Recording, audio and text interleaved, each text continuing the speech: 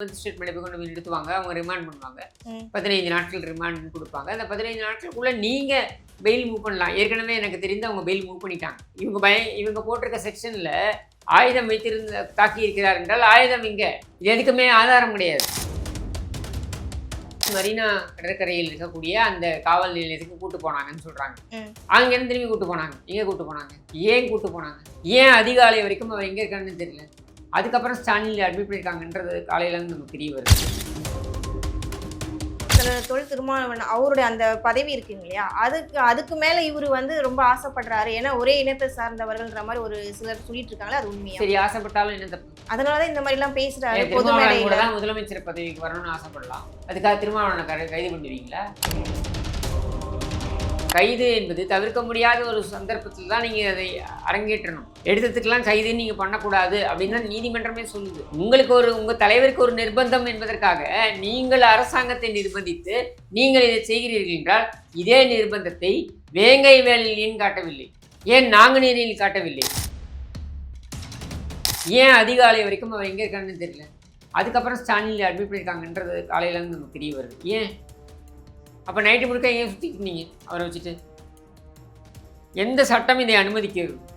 அரசியல் பேரவை நேயர்களுக்கு அன்பு வணக்கம். இன்னைக்கு நம்மளுடைய சிறப்பு நேர்காணலுக்கு வந்திருக்காங்க பிரபல அரசியல் விமர்சகர் திரு கிஷோர் கே சுவாமி சார். அவர்கிட்ட பேசலாம் வாங்க.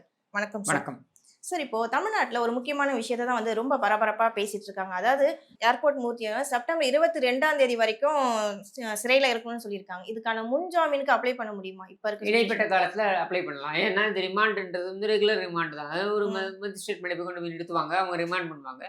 15 நாட்கள் ரிமாண்ட் கொடுப்பாங்க. அந்த 15 நாட்களுக்குள்ள நீங்க பெயில் மூவ் பண்ணலாம். ஏற்கனவே எனக்கு தெரிந்து அவங்க பெயில் மூவ் பண்ணிட்டாங்க. ஏன்னா நான் திருப்பி சொன்ன மாதிரி இவங்க போட்டிருக்க செக்ஷன்ல ஆயுதம் வைத்திருந்த தாக்கி இருக்கிறார் என்றால் ஆயுதம் இங்க என்ன ஆயுதம்? இது எதுக்குமே ஆதாரம் கிடையாது. இதெல்லாம் வந்து வழக்கு விசாரணையெல்லாம் வரும். ஆனால் கேள்வி என்னன்னா, ஒருவரை கைது செய்ய வேண்டும் என்றால் முகாந்திரங்கள் பலமாக இருக்க வேண்டும். அந்த முகாந்திரங்கள் இங்கே பலமாக இருக்கிறதா? நீதிமன்றங்கள் உச்ச நீதிமன்றம், உயர் நீதிமன்றம் தொடர்ந்து சொல்லிக் கொண்டிருக்கிறது. என்ன அர்னீஷ்குமார் கேஸ்லன்னு சொல்லிட்டு இருக்காங்க. என்ன fail is norm, arrest is exception.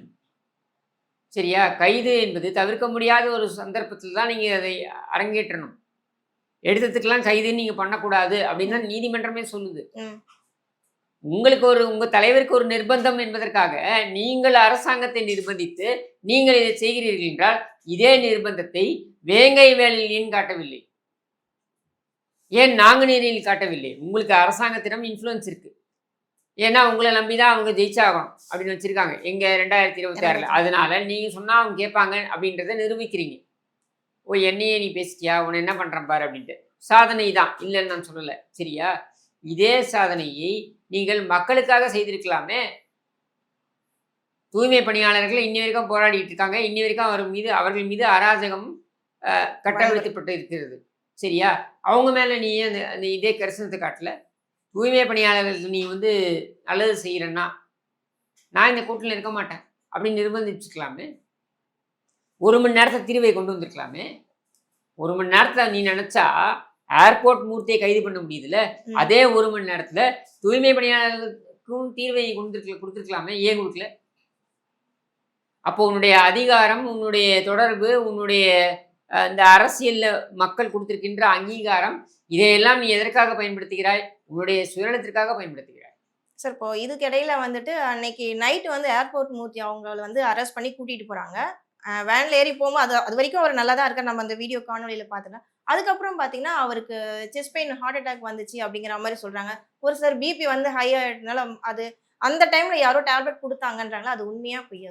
இல்லை, உண்மை. அதுக்கான சாத்தியக்கூறுகள் அதிகம். ஏன்னா நேரடியாகவே நான் பாதிக்கப்பட்டிருக்கேன் இந்த மாதிரியான விஷயத்துல. என்ன பண்ணுவாங்கன்னா, என்னை வந்து 1 மணிக்கு என்னை கூப்பிட்டு போறாங்க வீட்டில இருந்து. சரியா? 1 மணிக்கு எதுக்கு நீ என் வீட்டுக்கு வர நைட்டு? நான் வந்து ஓடி போற நபரா இருந்தா நீ அதை செய்யலாம். இல்லை ஒரு மிகப்பெரிய கொடுமையான ஒரு குற்றச்செயலை செய்திருந்தேன்னா நீ வந்து ஒரு தனிப்படை அமைத்து என்னை வந்து பிடிக்கணும் அப்படின்றதுக்கு நீ பண்ணலாம். நான் என்னுடைய கருத்தை ட்விட்டரில் போட்டிருக்கேனா, என்னுடைய கருத்தை ஃபேஸ்புக்கில் போட்டிருக்கேனா அப்படின்றதுக்கு நீ கைது செய்ய போறப்பனா நீ எப்போ வேணாலும் என் வீட்டுக்கு வரலாமே. நானே ஓடியா போயிட்டேன். அப்போது நீ 1:30 மணிக்கு நைட்டே என்னுடைய வீட்டு கதவை தட்டியது தவறு. 2வது தவறு, நீ எனக்கு சம்மன் கொடுத்துருக்கணும். சம்மனே கொடுக்காம என்னை கொண்டு வந்து நீ கைது பண்ணணும் அப்படின்னு வந்தது 2வது தவறு. சரியா? 3வது, அப்படி என்னை கைது செஞ்சாலும் நீ என்ன பண்ணிருக்கணும்? என்னை உடனே கொண்டு போய் நீ வந்து ஒண்ணு நீதிபதிக்கு முன்னாடி ஆஜர்படுத்தணும். அப்படி இல்லைன்னா காவல் நிலையத்துக்கு கூட்டு போகணும் விசாரணைன்ட்டு. இது 2மே நீ பண்ணல. நீ என்னை வச்சுட்டு சுத்துற ஊர் முழுக்க. அப்ப நீ காவல்துறையா இல்ல கடத்தல் பேர் வழியா? நீ யாரு? ஆள் கடத்தல் பேர் வழியா அல்லது காவல்துறையா? இது எனக்கே நடக்குது. இது அவருக்கும் நடந்திருக்கலாம்ல. இப்ப கேள்வி என்னன்னா, அவரை மரீனா கடற்கரையில் இருக்கக்கூடிய அந்த காவல் நிலையத்துக்கு கூட்டு போனாங்கன்னு சொல்றாங்க. கூட்டு போயிட்டு அங்கிருந்து திரும்பி கூட்டு போனாங்க. எங்க கூட்டு போனாங்க? ஏன் கூட்டு போனாங்க? ஏன் அதிகாலை வரைக்கும் அவர் எங்க இருக்கான்னு தெரியல. அதுக்கப்புறம் ஸ்டாலின்ல அட்மிட் பண்ணியிருக்காங்கன்றது காலையில இருந்து நமக்கு தெரிய வருது. ஏன்? அப்ப நைட்டு முழுக்க ஏன் சுத்திட்டு இருந்தீங்க அவரை வச்சுட்டு? எந்த சட்டம் இதை அனுமதிக்குது? இந்த இடைப்பட்ட நேரத்துல என்ன நடந்திருக்கும்னு நினைக்கிறீங்க? அதான் நான் கேட்கிறேன். எந்த சட்டம் இதை அனுமதிக்குது? அதுக்கப்புறமா தானே அவருக்கு வந்து செஸ்ட் பெயின் மாதிரி வந்திருக்கு. ஆமாங்க. நீங்க அவர் சித்த மருத்துவம் எடுத்துக்கொள்ளக்கூடிய நபர். அவர் கொண்டு வந்து நீ ஒரு மெடிசனை கொடுக்குறீங்க. அந்த டேப்லெட் அவருக்கு எதிர்மறையான ஒரு விளைவுகளை கொடுத்துருக்கலாமே. அது என்ன மாதிரி மெடிசனா இருக்கும் நீங்க நினைக்கிறீங்க? நமக்கு என்ன தெரியும்? இவங்க என்ன கொடுப்பாங்க நமக்கு என்ன தெரியும்? என்ன வேணாலும் கொடுப்பாங்க. எது வேணாலும் சாத்தியம். ஏன்னா இவர்களை பொறுத்த வரைக்கும் நல்லா புரிஞ்சுக்கோங்க. காவல்துறை உங்களை கஸ்டடியில் எடுக்குதுன்னா, இது எல்லாருக்கும் தெரிய வேண்டும் என்பதனால விழிப்புணர்வுக்காக நான் சொல்றேன். காவல்துறை உங்களை கஸ்டடியில் எடுத்துருச்சுன்னா 76 மணி நேரம் அவர்கள் சொல்வதுதான். சட்டமே இருக்கு. 24 மணி நேரத்தில் நீ வந்து நீதிமன்றத்துக்கு முன்னாடி ஆஜரப்படுத்தணும், மஜிஸ்ட்ரேட் முன்னாடி ஆஜரப்படுத்தணும்ட்டு. இன்னைக்கு ஏர்போர்ட் மூர்த்திங்கிற நபர் நமக்கு நன்கு பரிச்சயமான நபர். அவர் வந்து கைது செய்யப்படும் பொழுது அது வந்து நியூஸ் ஆகுது, சோஷியல் மீடியாவில் வருது. அதனால நம்ம பார்க்குறோம். நீங்கள் அந்த ஏழை பாழைகளை எடுத்துக்கோங்க, வசதி இல்லாதவர்களை எடுத்துக்கோங்க. வசதி இருக்கவங்க என்ன வேணாலும் ரூட்டு கண்டுபிடிப்பாங்க, இன்ஃப்ளூயன்ஸ் கண்டுபிடிப்பாங்க, அது பண்ணுவாங்க, இது பண்ணுவாங்க, காசு கொடுப்பாங்க. இதெல்லாம் வசதி இல்லாதவர்களை எடுத்துக்கோங்க. இவங்க காவல்துறை விசாரணைக்கு கூட்டு போகுதுன்னா எஃப்ஐஆரே இல்லாமல் கூட விசாரணைக்கு கூட்டு போகலாம். அப்படி கூட்டு போகும்பொழுது 76 மணி நேரம் அவங்களுடைய கண்ட்ரோல் தான். நீங்க அவங்க என்ன முடிவு எடுக்கிறாங்களோ அதுதான் முடிவு. அந்த நேரத்துல என்ன வேணாலும் நடக்கலாம். எனக்கு அதான் நடந்துச்சு. நைட்டு முழுக்க அவங்க எங்க வேணாலும் வச்சுக்கலாம் வண்டியில. என்ன பண்ணாலும் நம்ம எதுவும் என்ன கேள்வி கேட்க முடியும்? என்ன சொல்வீங்க? நாங்க வரவே இல்லைன்னுவீங்க. என் வீட்டுக்கு வரவே இல்லைன்னுவீங்க. 1:30 மணிக்கு நீ வந்திருக்க, 15 பேர் வரீங்க. அதில் எல்லாமே சிவில் ட்ரெஸ்ஸு, யூனிஃபார்ம்ல யாரும் கிடையாது. நீ போலீஸா பொறுக்கியா யாருக்கு தெரியும்? இப்படி யார் வீட்டுக்குள்ள வேண்டுமானாலும் வரலாம், எப்பொழுது வேண்டுமானாலும் வரலாம் அப்படின்னு இருக்கக்கூடிய ஒரு ஒரு ஒரு சமுதாயம் இருக்கிறது என்றால் இது என்னன்னு சொல்வீங்க? போலீஸ் ஸ்டேட்னு தான் சொல்லணும். வேற என்ன சொல்ல முடியும்? இதுதான் ஏர்போர்ட் மூர்த்தி கதையில் நடந்திருக்கு. அவர் பேர்ல வந்து 3 பிரிவுல வழக்கு போட்டிருக்காங்கன்னு. அது என்னென்ன பிரிவா இருக்குங்க சார்? அதாவது அவர் தாக்குதலில் ஈடுபட்டார். அடுத்து பார்த்தீங்கன்னாக்க அவர் வந்து ஆபாசமாக பேசினார். அடுத்து பயங்கர ஆயுதங்களை கையில் வைத்திருந்தார். ஆயுதங்களை கையில் வைத்திருந்தார்னா நீ மகஜரில் காமிக்கணும். இந்த ஆயுதத்தை இவர் கையில் வைத்திருந்தார். இதுக்கு ஏதாவது ப்ரூஃப் இருக்கணும்ல. எதுவுமே இல்லையே. அந்த காணொலியிலையும் அவர் மிகப்பெரிய ஆயுதத்தை கையில் வச்சிருந்த மாதிரி ஒன்றும் தெரியலையே. அடுத்து அப்படி வச்சிருந்தாருனாக்க அங்கே போலீஸ் இருந்தாங்கல்ல, அவர்கிட்ட கைப்பற்றிருக்கணும்ல. எதுவுமே கைப்பற்றலையே. அப்ப என்ன ஆதாரம் இருக்கு? 3வது ஆபாசமா பேசுறது. இந்த ஆபாசமா பேசுறது வந்து நான் நியாயப்படுத்த முடியாது. ஏன்னா அவர் பேசியது காணொலியில பதிவாயிருக்கு. ஆமா, ஒரு மேடையில பேசுறாரு. ஒரு பொது மேடையில வந்து பொது மேடையில அவர் பேசுறாருன்னா அது ஆபாசமா பேசியிருக்காருன்னா அதுக்கு அவர் தான் பொறுப்பேற்றுக்கணும். அதுல ஒன்றும் மாற்று கருத்து கிடையாது.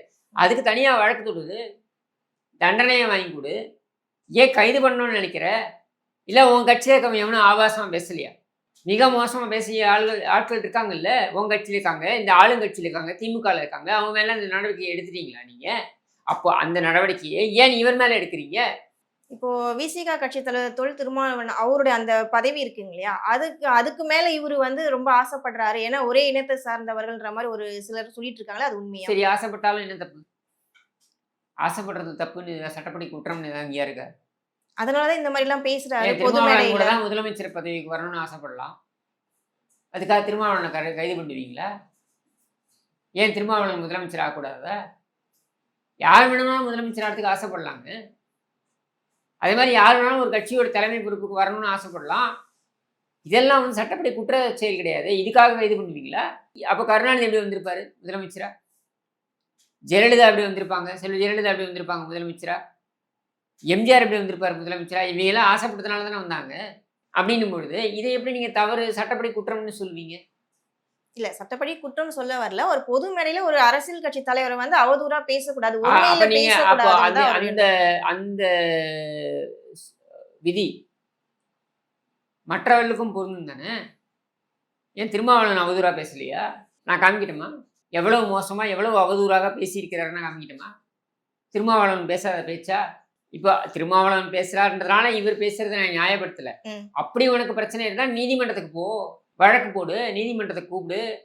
வழக்காடு மன்றத்தில் நின்று நீ தண்டனை வாங்கி கொடு. அதானே சரியான வழிமுறை. இது சரியான வழிமுறையா? இதுக்கா நீ உன் குண்டர்களை அனுப்பிச்சு நீ மிரட்டுவியா? செல்வ பிறந்தங்கன்னு ஒரு குண்டர். யாரை வேணாலும் யார் வீட்டுக்குள்ளாலும் போய் கக்கூஸ் வாளியை எடுத்துன்னு போயிட்டு மலத்தை கொட்டுவீங்க. டிஜிபி அலுவலகத்துக்கு முன்னரே லைசன்ஸ் இல்லாத ஒரு நம்பரோட ஒரு கார். அப்போது இவங்களை கூலிப்படைன்னு சொல்லாமல் வேற என்ன சொல்வீங்க? லைசன்ஸ் பிளேட் இல்லாத ஒரு ஒரு வாகனம் டிஜிபி அலுவலகத்துக்கு முன்னரே வந்து இவ்வளவு அழிச்சாட்டியம் செய்ய முடியும் என்றால் இவர்கள் மற்ற இடத்துல எப்படியெல்லாம் அழிச்சாட்டியம் செய்வார்கள்? இதையெல்லாம் யோசிக்கணும்ல. இவ்வளவுதான் நான் கேட்குறேன். சார் இப்ப இருக்க சூழல்ல வந்து மக்கள் வந்து இப்ப நடந்துட்டு இருக்க ஆட்சி காலத்தை பத்தி ரொம்ப ஒரு நம்பிக்கை இல்லாத ஒரு மென்டாலிட்டியோட இருக்காங்க. அவங்க வரக்கூடிய எலெக்ஷன்ல அவங்களோட பதிலை தெரிவிப்பாங்கன்னு நம்புறீங்களா? மக்கள் வந்து உண்மையிலேயே பரிதாபத்திற்குரியவர்கள். ஏன் பரிதாபத்திற்குரியவர்கள் நான் சொல்கிறேன்னா, இந்த மக்கள் பல்வேறு எதிர்பார்ப்புகளின் அடிப்படையில் தகுதியானவர்களா தகுதி இல்லாதவர்களா அப்படின்றதை இடை போடாமலேயே அவங்க போயிட்டு அவங்களுக்கு வாக்களிக்கிறாங்க. ஏன்னா ஒரு நம்பிக்கை. ஸ்டாலினுக்கு வாக்களித்தாங்கன்னா என்ன ஒரு நம்பிக்கை, கருணாநிதியுடைய மகன், அதனால் நமக்கு ஏதாவது நல்லது செய்வார் இப்படின்றது ஒரு நம்பிக்கை. இந்த அடிப்படை நம்பிக்கையை தான் இந்த அரசியல்வாதிகள் தங்களுடைய தேவைக்கு பயன்படுத்தி கொள்கிறார்கள். அதிமுகவுக்கும் அப்படித்தான்.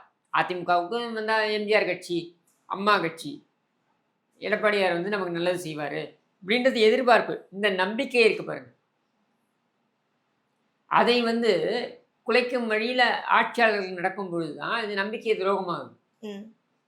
அதுதான் இந்த ஆட்சியில் நடந்திருக்கு அப்படின்றத நான் பார்க்குறேன். சரியா? மக்கள் அதை மன்னிப்பார்களா இல்லை இவர்களை தண்டிப்பார்களா அப்படின்றத நம்ம 2026 தான் தெரிஞ்சுக்க முடியும். புதிய கட்சியில் வந்து வர்றதுக்கான வாய்ப்புகள் இருக்கும்னு நினைக்கிறீங்களா? கண்டிப்பாக இருக்கும். ஜனநாயகம் தானே. ஜனநாயகம் தானே. 1949 புதிய கட்சி தானே திமுக. 72 புதிய கட்சி தானே அதிமுக. அதனால் புதிய கட்சிகள் வந்து வருவது அப்படின்றதெல்லாம் ஜனநாயகத்தை தடுக்க முடியாது, தவிர்க்கவும் முடியாது. அப்படி புதிய கட்சிகள் வரும்பொழுது அவர்கள் என்ன சொல்ல விரும்புகிறார்கள்? எல்லோருமே மாற்றத்தை பற்றி பேசுவார்கள். நான் வந்தால் மாற்றத்தை கொடுப்பேன் அப்படின்னு எல்லாருமே சொல்லுவாங்க. ஸ்டாண்டர்டு பதில் இது. சரியா? இந்த மாற்றத்திற்கான விதையை அந்த விதைப்பதற்கு இவர்கள் தகுதியானவர்களா அப்படின்றது தான் கேள்வி. அதை இந்த மக்கள் வந்து கூர்ந்து கவனிப்பார்கள். எல்லாரும் வந்தாலும் யார் பேசினாலும் கேட்டுப்பாங்க. ஸ்டாலின் வந்தாலும் பேசுறது கேட்டுப்பாங்க, எடப்பாடி பழனிசாமி வந்தாலும் பேசுறது கேட்டுப்பாங்க, விஜய் வந்தாலும் பேசுறது கேட்டுப்பாங்க, சீமான் வந்தாலும் பேசுறது கேட்டுப்பாங்க. எல்லாரையும் என்னென்ன பேசுகிறாங்களோ எல்லாத்தையும் உள்வாங்கிப்பாங்க, கேட்டுப்பாங்க. அப்புறம் அவங்க ஒரு தீர்க்கமான முடிவு எடுப்பாங்க. அவங்களை பொறுத்த வரைக்கும் நமக்கு பிரச்சனை இல்லாத ஒரு ஆட்சி இருக்கணும், இதான் அவங்க பார்க்குறது. இவங்களோட அடிப்படை தேவை அவ்வளவுதான். அந்த ஆட்சி யார் கொடுக்க முடியுமோ அவளுக்காக வாக்களிப்பார்கள், அவ்வளவுதான். ரொம்ப நன்றி சார். நிறைய விஷயங்கள் வந்து மக்களுக்கு தெளிவாக புரிகிற மாதிரி சொல்லியிருக்கீங்க. ரொம்ப நன்றி சார். தேங்க்யூ.